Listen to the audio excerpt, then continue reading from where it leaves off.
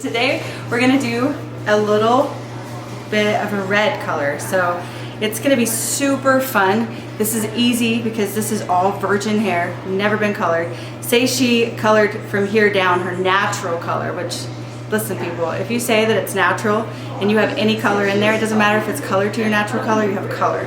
Color doesn't lift color. So then what would happen is we'd have a red root and a brown end. So thankfully we don't have that problem today.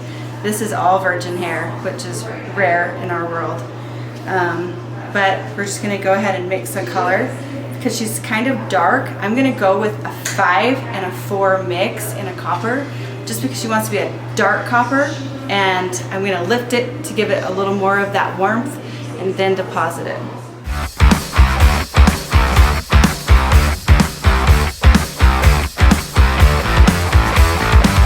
Now we're mixing. I'm going to use rust color for this. I really like rust reds. So I'm going to go ahead and mix this. And rust is interesting. They're a lot like most European color lines where it's 1 to 1.5. So she's got a lot of hair, so we're going to go ahead and use most of this tube. So we got 90 grams about over here, and I'm going to do a 20 volume. Just so that I can get that lift that we were talking about, and then the deposit. So since it's 1 to 1.5, you have to mix 90 plus another 45. So we're chemists for sure. Okay, now we're gonna go ahead and mix this up. And I'm choosing for her a larger brush just because it's gonna go all over the head. I don't mind if the brush is a little thicker for this process because, again, I'm not working in a tight space. I'm gonna actually be applying it to every hair.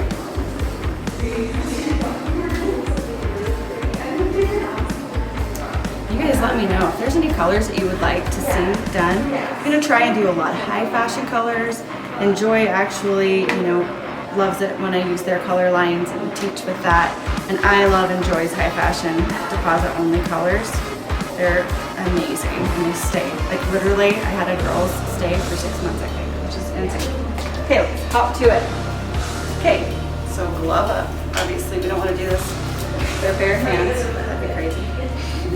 So I always work in clean sections. You guys are gonna hear me say this a lot. But if your work is in clean sections, so I'm gonna do a 4/4 panel here, you will be a lot more precise. You won't miss any spots. So this is how we're gonna do an all over solid color. So I'm just gonna go ahead and show you what a 4/4 is. So we have this panel.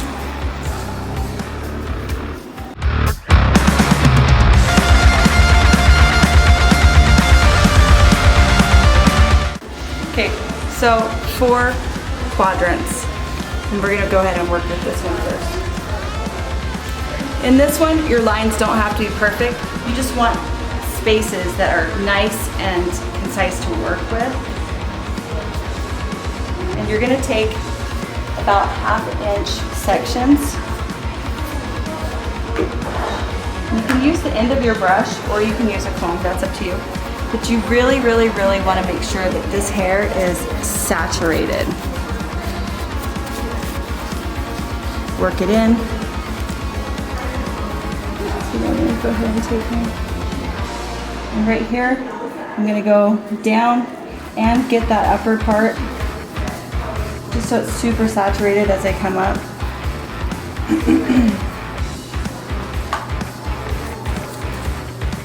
Work it in, always work it in. That's why my cape and aprons always look a little used. I like to fling the color.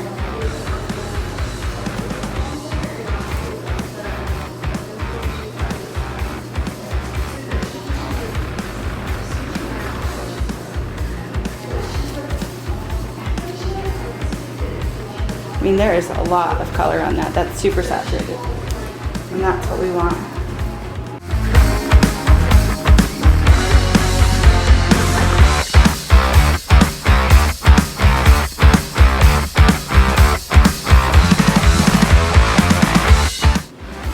can see, I'm always taking about that same section there. And when we're doing this on ourselves, it's gonna be harder for you to take those sections.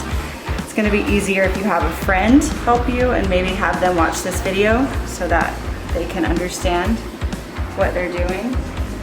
And it's easier for them to use the end of their brush than to grab a comb and put the comb back down. When we're doing home color though, I mean, it's obviously a lot harder because in the beginning we talk about what I'm gonna mix and why I'm gonna mix it. And when we're trying to pick those colors out of the store, it's a little harder.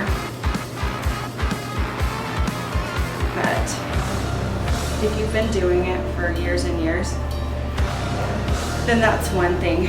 If you're gonna do a touch-up too, make sure that you're not pulling that color down your ends every single time. Because how color works, even though that these are like a 10 developer or something like that, but it has to swell that cuticle up in order to get the color to go inside for a permanent color. If it's a demi or a semi, it won't open up the cuticle quite the same. But so if you continue to do that, say you're doing this at home, and you continue to open up that cuticle by running the color down every single time, that's why the hair ends up looking really dry, flat, because it can't even hold its own moisture, because every time you do it, it opens more and more. It never closes itself back up. So it's important to have good home care, good products at home, make sure you're giving yourself everything that you need. And then also store-bought colors sometimes, they'll have a higher developer in it just because they don't know what they're treating. So they don't know if you have gray hair or if you don't have gray hair. So a lot of times theirs are going to be a lot harsher than what we are mixing at the salon. Again, why your hair would be dry and flat after a few months of doing that by yourself. So when you do your touch-up, make sure you're just getting those roots. Don't drag it down those ends every time. You know, a lot of people say, but it makes it so shiny, and it does for about a week. And the reason that is because it pushes the color back down into the cuticle and it makes it seem healthy, but when it falls back out because the cuticle is too open, it'll look flat and dull again. So it's kind of like an optical illusion. And be patient, you know, take the time to do it right. Make sure you're taking small sections. You don't want spots all over in your color, especially because I'm going to take her a little lighter than her natural color is. So imagine having giant dark spots throughout the hair. Coppers are super fun. Reds are fun and interesting. You know, the first thing that you want to address if you have a client and they want to be a redhead, you want to make sure you know what reds they want. Do they want fire engine red or do they want an orange red? Something with the copper in it. And I have a lot of my friends that do hair say that red scares them. That's actually one of their most fearful colors to do. And it's because reds can be, you know, all over the board if you don't know what you're doing. You can have a violet red, you can have, I mean, there's so much different, you know, gold, copper, which is really pretty but very natural.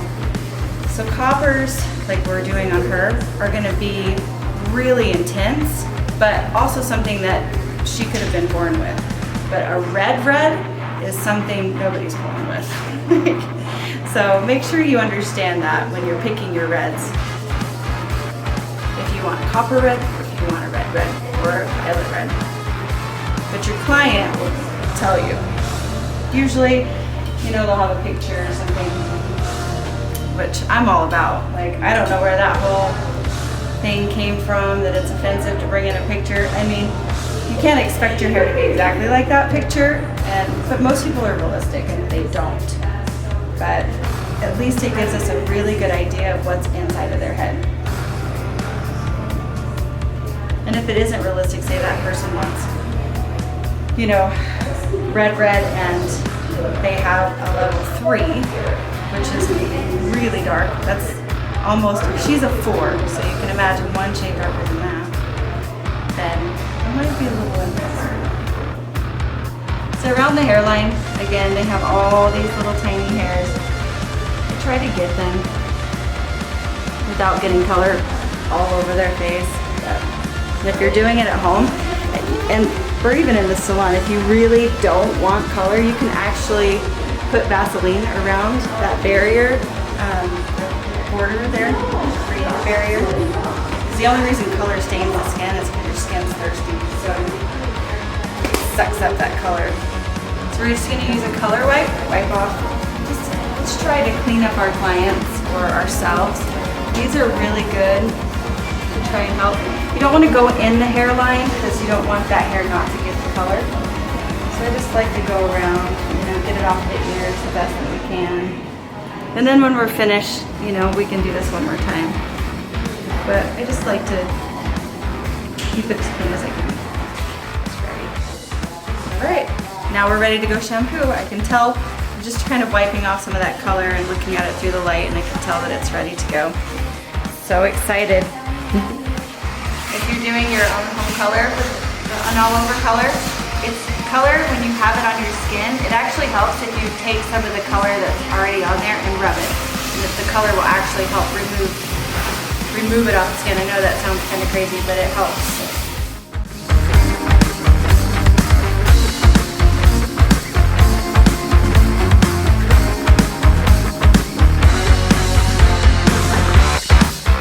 Make sure you like, subscribe, leave a comment, and share. See what she said. You know. I know. You know. Thanks for watching our video, and come back again.